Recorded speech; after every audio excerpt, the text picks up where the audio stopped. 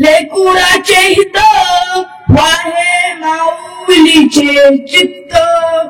हा बघा, जगन्मान्य विश्वमान्य देव निवासी ज्यांनी आपली गाथा लिहिली आणि त्यांनी दुष्काळाच्या काळामध्ये सामान्य जनतेसाठी कर्जाची खते बुडवली अशी तुमचे माझे तुकोबर आहे. त्या तुकोबराचा 4 जणांचा अभंग आहे. तुकोबर आपल्याला काय सांगतात? लेकुराचे हित वाहे माऊलीचे चित्त. आपल्याला तुकोबर सांगतात की एखाद्या माता माऊलीला आपल्या लेकराचं हित पाहत असतो आणि माता माऊलीला काय वाटतं? आपल्या लेकराचं हित व्हावं, आपल्या लेकरानं चांगलं शिकावं, चांगली प्रगती करावी. ऐसी कळवळ्याची जाती करीला भाविन प्रीती. तुकोबर आपल्याला सांगतात अशी कळवळ्याची जाती आपल्या कधीच लाभणार नाही. त्यांची माता जे पिता आपल्यावरती जे प्रेम करतात ते कुठूनही मिळू शकत नाही. पोटी भारव आहे त्याचे सर्वस्व ही साहे. दुसऱ्या जणात तुकोबर सांगतात एखादी माता माऊली 9 महिने 9 दिवस आपल्या लेकराला आपल्या गर्भामध्ये वाढवत असती. जे वेदना होतात ते कुणासाठी सहन करतील? आपल्या लेकरासाठी. का? पुढे जन्माला यावं आणि समाजाचं कार्य करावं, चांगलं शिकावं अशी तुकोबर आपल्या 3ऱ्या जन्मात सांगतात. शेवटच्या जन्मात काय सांगतात? तुका म्हणे माझे तुम्हा संतांवर योजे. तुकोबर म्हणतात हे संतांनो, भगवंतानो, तुम्ही मला या विश्वातून तारा, तुम्हीच मला या विश्वामधून 84 लक्ष्मीचा फेरा चुकवू शकतात. अशा प्रकारे 4 चरणाचा अभंग सोडवल्यानंतर कीर्तन संपवायला हरकत विठ्ठल.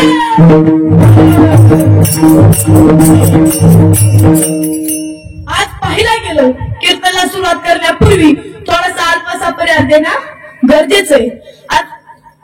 आज पाहिलं गेलं तर आपल्या पार्वती शिवाजी रणवरे म्हणजे आपल्या माई त्यांचा आज ते आपल्यातून देवावसान झालेलं आहे. ते गेले पूर्ण 1 वर्ष झालेलं आहे.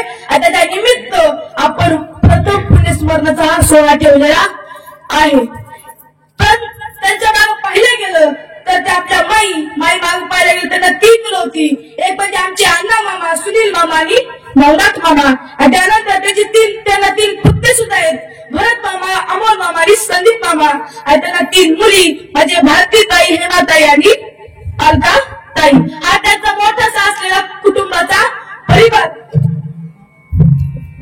खरं तर पाहिलं गेलं माईचं जीवन कसं होतं, कारण त्या माझ्या पप्पांच्या सख्या आत्या आहेत. मी त्यांचं जीवन पाहिलंय. कधी चिकूटपणा करणार नाही आणि बोलताना पण माणुसकी. या जगात तुमचे जवळ पैसे नसले तरी चालेल, या जगात तुमच्या गळ्यात सोन्याचा हार नसला तरी चालेल, फक्त माणुसकीने वागा. आपण जग तुमच्या मागे राहू. त्यामुळं आपण संसारात जगत असताना कशाला हे जगाचं मान करायचे? कारण आपण जन्माच्या आधी ठरलेलं आहे की आपण किती अन्न खाणार, किती आपल्याला पैसे मिळणार आणि किती आपण दिवस जगणार. तुलसीदास म्हणतात पहिला प्रारब्ध पिछोवराच्या शरीर. तुलसीदास म्हणतात तुमचा आधी कर्म ठेवलेलं आहे, तुमचा आधी प्रारब्ध रचलेला आहे. तुम्ही जन्मात येऊन नक्की काय करणार? तुम्ही मला सांगा. आपल्या प्रारब्धामध्ये ठेवलंय, याला आनंद मिळणार आहे तर कशाला मान कोणाची गरज आहे? कशाला ह्याच्या त्याच्या चाऱ्या लावायची गरज आहे? तुका मला म्हणतात तुका म्हणे होता ठेवा तो या भावा सापडला.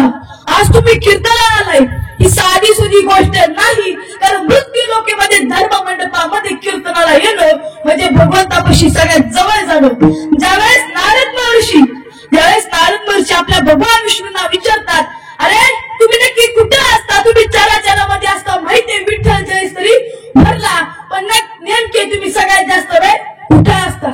तर ते विष्णू भगवंत म्हणतात मी एक वेळ योग्यांच्या हृदयामधून लांब जाईल, पण जिथं जिथं हरिकथा चालली तिथं मी उपस्थित असणार आहे. त्यामुळं आपल्या हरिकथेमध्ये हरी कीर्तनामध्ये ते भगवंत साक्षात उपस्थित आहे. विठ्ठल पाहिलं गेलं तुकोबर काय सांगतात? लेकुराचे हित वाहे माऊलीचे चित्त. कुणा कुणा माता माऊलीला वाटतं आपल्या लेकराचं वाटोळं व्हावं, असं वाटतच नाही. आपला मुलगा कसा काही असू द्या, पण त्याचं हित झालं पाहिजे. असं कधी झालंय का आपला मुलगा वाईट मार्गावर जाणार आहे तरी सुद्धा त्या लेकराच्या हिताच्या बाजूनी ती माता उभी राहिली. ज्यावेळेस रामायणातली गोष्ट आहे, आता सगळ्यांना काय झालं सांगू का? सगळ्यांना वाटतं ज्यावेळेस लंका महादेवानी बांधली आणि रावण तिथे गेला आणि रावणाने भिक्षामध्ये लंका मागितली. ही सगळं खोटं, ही आपल्या रीलच्या बातम्या आहे. पण खरं नक्की काय आहे? लंकेचं खरं रहस्य काय आहे आणि रावणाच्या जन्माचं रहस्य काय आहे हे आज मी तुम्हाला कीर्तनातून सांगणार आहे. आणि मी जी तुम्हाला कीर्तनातून जे ज्ञान देणार आहे त्याचं सारं पुण्य आमच्या माईंच्या आत्म्याच्या सद्गतीसाठी जातं. म्हणूनच मग प्रथम पुण्य स्मरणाला हरिकथा ठेवतात. पाहायला गेलो ज्यात ब्रह्मदेवांचे माणूस पुत्र पुलस्ती ऋषी आणि त्यांची पत्नी देववर्णी त्यांना पुत्र झाला. त्यांचं नाव होतं विश्रवा ऋषी. विश्रवा ऋषीचा इतिहास पाहायला गेलो त्यांचं पहिलं लग्न सत्यवतीच्या संग झालं. लग्न झाल्यानंतर त्यांना विश्रवन नावाचा एक मुलगा झाला. तो मुलगा कोण माहिती का? तो मुलगा देवाचा नामस्मरण करायचा, भजन करायचा. ज्यावेळेस त्याला भगवंत परमात्मा प्रसन्न झाला त्या भगवंत म्हणाले, अरे तुला काय पाहिजे? त्यावरती तो वैश्रवन म्हणाला, मला काही नको, पण जे आपल्या पृथ्वीवरती 3 लोकपाल आहेत त्यामध्ये 4था लोकपाल म्हणून माझी निर्मिती करा, माझी नेमणूक करा. पण पहिली गोष्ट 3 लोकपाल कोणते? एक म्हणजे वरून, म्हणजे जे पाऊस पडतं हे कोण पाडतं? लोकपाल. दुसरं म्हणजे इंद्र आणि तिसरं म्हणजे जी कुणालाच आवडत नाही ते आपल्या जवळ येऊ नये असं सगळ्यांना वाटतं. किती केस पांढरी झाली, केस काय करायला लागतात पण ते आपल्या जवळ येऊ नये असं वाटतं. ती म्हणजे यम. मला कोण तुम्ही मला सांगा यम कुणाला आवडतो? भगवंत सगळ्यांना आवडतो, असे यम कुणाला आवडत नाही. हा तिसरा लोकपाल यम. आणि शेवटचा लोकपाल वैश्रवन तो कोण झाला? धनाची देवता कुबेर. समजलं? कुबेर नक्की कोण आहे? तुम्हाला कुबेराचा इतिहास काय? तर कुबेर आधी वैश्रवन नावाने प्रसिद्ध होता आणि तो वैश्रवाने देवाची भक्ती केली म्हणून त्याला भगवंत प्रसन्न झाला आणि भगवंताने वरदान दिलं की तू 4था लोकपाल होशील. आणि ते कुबेर धनाची देवता झाली. मग विश्रवा ऋषी यांनी आपल्या योग बळावरती लंका सोन्याची लंका निर्माण केली आणि कुबेर तिथं राहून लागला. राक्षसाची देवाची खूप युद्ध झालं, भांडण झाली. कशावरनं? लंकेवरनं. तर ती लंका म्हणजे पाहायला गेलो तो सोन्याची लंका. आता एक तुम्हाला सोनं किती महाग झालं. एक पोळ्या सोन्यासाठी सोन्याचं त्याला फार जीव घ्यायला लागली. तर विचार करा प्रचंड मोठी सोन्याची लंका किती भव्य दिव्य सुवर्ण रत्नांनी बनलेली असेल. त्या लंकेसाठी भांडण झाली. कितीतरी वेळा राक्षस एकदा जीत गेली. मग परत कुबेर आला त्याने आपल्या सामर्थ्याच्या जोरावरती परत ती लंका जिंकली. लंका जिंकल्यानंतर राक्षसांमध्ये खूप राग निर्माण झाला. अरे लंका आपल्याला पाहिजे, लंका राक्षसांना पाहिजे, तर काय करायला हवं? विश्रवा ऋषी त्यांना समजलं कुबेराचे वडील कोण? विश्रवा ऋषी.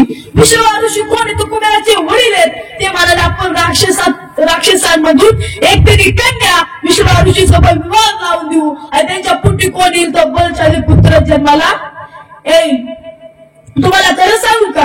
ज्याचा वडील शुद्ध आहे, जेव्हा त्याचा वडील देवाचं नामस्मरण करतोय त्याच्या पोटी हरिभक्त जन्माला येतो, त्याच्या पोटी वारकरी जन्माला येतो. तुमचे माझे तुकोबर आहे. तुकोबरांच्या वडिलांनी अहोरात्र वारी केली त्यामुळे त्यांच्या पोटी असा पुत्र जन्माला आला, असा पुत्र जन्माला आला की त्याने आपलं सारं वारकरी संप्रदायाचा कळस म्हणून आज प्रसिद्ध आहे.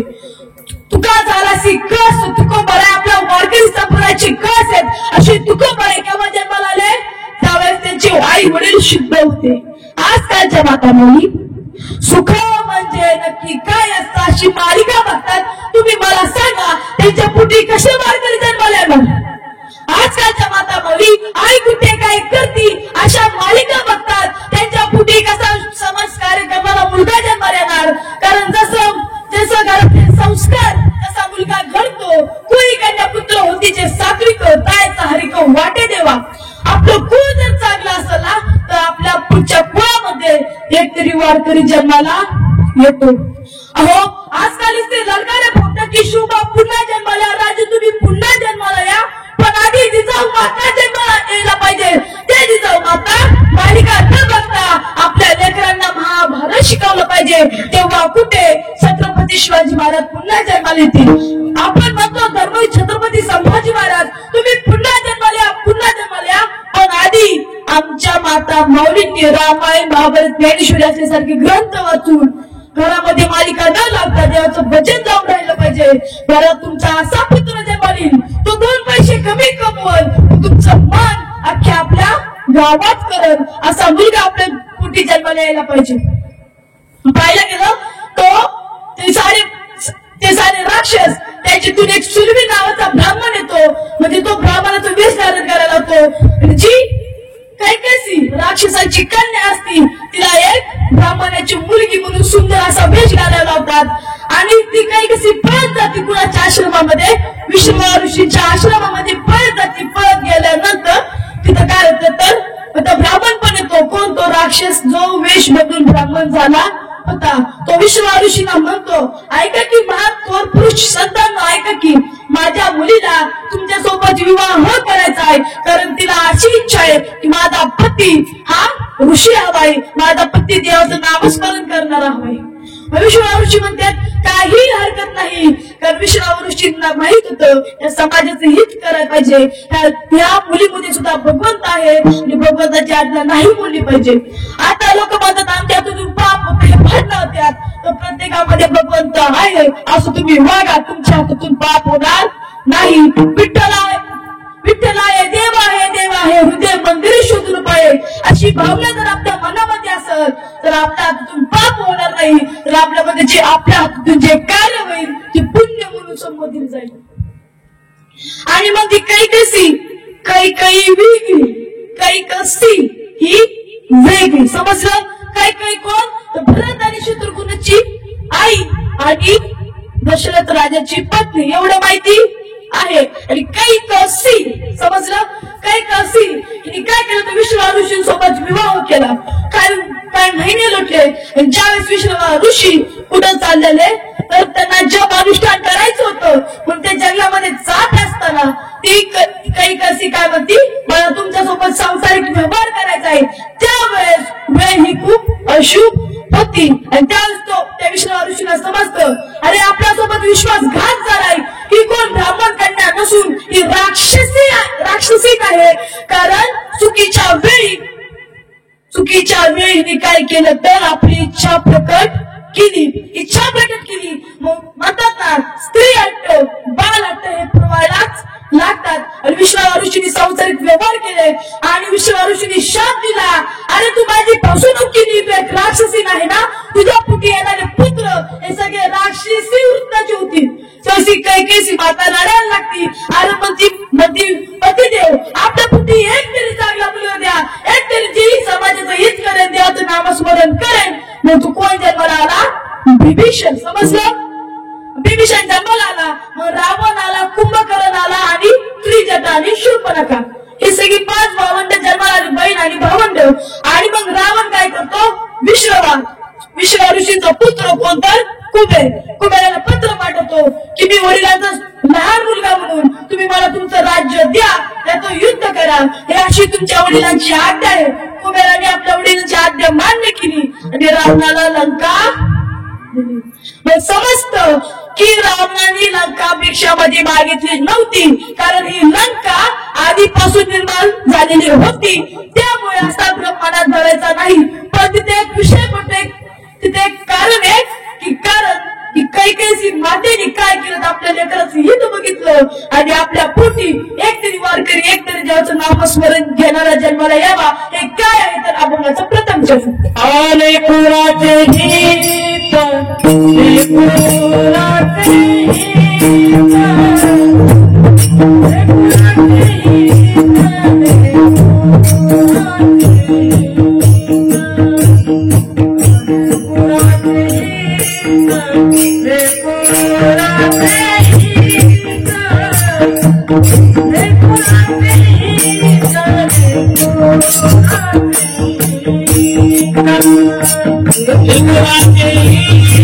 Thank you.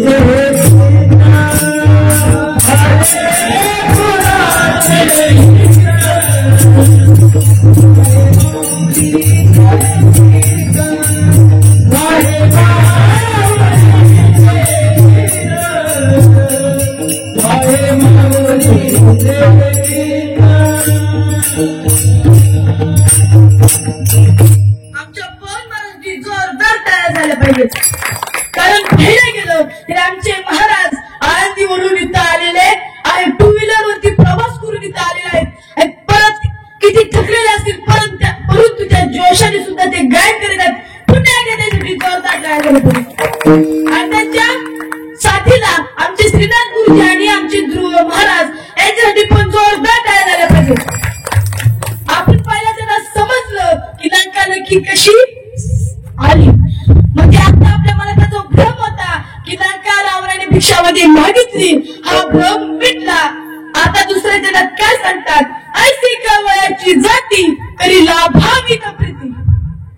आपल्याला तुकोबाने सांगतात, अरे आपल्या लेकरासाठी किती आईचा कळवळा असतो. म्हणजे आपण महाभारतात पाहायला गेलं, ज्या कुंती माता तिला लग्ना अगोदर कर्ण हा पुत्र झालेला होता. मग कर्ण कसा झाला, ज्या वेळेस कुंती माता तिच्या राज्यामध्ये दुर्वासुऋषी येतात आणि काय करतात तर तिथं राहतात. दुर्वासुऋषींचा पाहिलं गेलं त्यांच्या नावातच दुर्वास, त्यांच्यापाशी कोण येतच नव्हतं. कारण त्यांच्या साध्यमध्ये कुणी थोडासा तरी व्यक्ती आणला, थोडस तरी काम चुकलं ते लगेच शब्दाचे.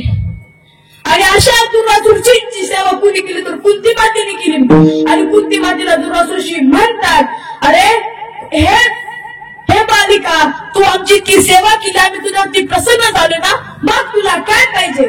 तर ती कुंती माता म्हणते, मला काही नको, मला आयुष्यभर संतांची भगवंताची सेवा करू द्या, बस माझ्या आयुष्याचं एवढं सुख आहे. पण त्यांना दुर्वासुऋषी आपल्या ते मनात विचार करतात, त्यांना समजतं की यांच्या पोटी येणारे पांडव हे काय करणार, त्या धर्माची पुनर्स्थापना करणार आहेत. म्हणून दुर्वासुऋषी त्यांना 5 मंत्र देतात आणि म्हणतात, तू एक मंत्र म्हणला की त्याच्या अंशाने बनलेला पुत्र तुझ्या पोटी जन्माला येईल. आणि कुंती माता ती पुत्र म्हणजे 5 मंत्र समजती, घेती आणि जाती. पण तिच्या मनात प्रश्न पडतो, अरे खरंच 5 मंत्र म्हणल्यावरती पुत्र जन्माला होईल का. तिच्या मनात शंका उपलब्ध होती. शंका उपलब्ध झाल्यानंतर तिची दासी म्हणती, बघायला तर काय जाते. म्हणून ती सूर्यदेवाचं मंत्र म्हणती. त्या क्षणी ती गर्भवती होती आणि लग्ना अगोदर तिच्या पोटी जन्माला येतो तर कर्णाचा इतिहास पाहिला गेलं. कर्ण असं योद्धा आहे की त्याला जन्मताच कवच कुंडल होती. त्याच्या छातीवरती कुणी बाण मारला, शरीरावरती बाण मारला, तो बाण आणि त्याला कीच वर काहीही होणार नाही. कारण त्या जन्मताच कवच कुंडल्याप्रमाणे जन्माला आलता. आणि मग कुंती माता काय करते, त्या कर्णाला गंगा नदीमध्ये सोडून जाते आणि त्या पेटीमध्ये ठेवती आणि ती कुठं जाते तर आपल्या राजवाड्यात परत निघून येते आणि ती पिटी वाहत वाहत वाहत वाहत हस्तिनापूरमध्ये येते आणि तिथं एक अधिरथ नावाचा एक धृतराष्ट्राचा कोण असतो तर सारथी असतो. तो ती पेटी उचलतो आणि पाहतो त्या पेटीमध्ये काय असतं तर एक लेकरू असतं आणि त्यांच्या पोटी एकही मुलगा झालेला नव्हता. आणि मग ती राधा, अधिरथाची पत्नी राधा, त्यांना कोण कोण कोण मिळतं तर कर्ण. आणि तितक्या म्हणजे सूर्याची किरणाप्रमाणे तेजस्वी मुलगा म्हणून त्याचं नाव ठेवलं जातं कर्ण. मग ज्या वेळेस मुलगा सोडून गेला आणि मग कोण होतं तर कुंती मातेचा विवाह पांडू राजाशी होतो. त्याला 5 पुत्र जन्माला येतात, ते म्हणजे 5 पांडव. आता मला तुम्ही त्यांची नावं सांगा. हे मालिका वाक्य 5 पांडवांची नावं कोण सांगेल?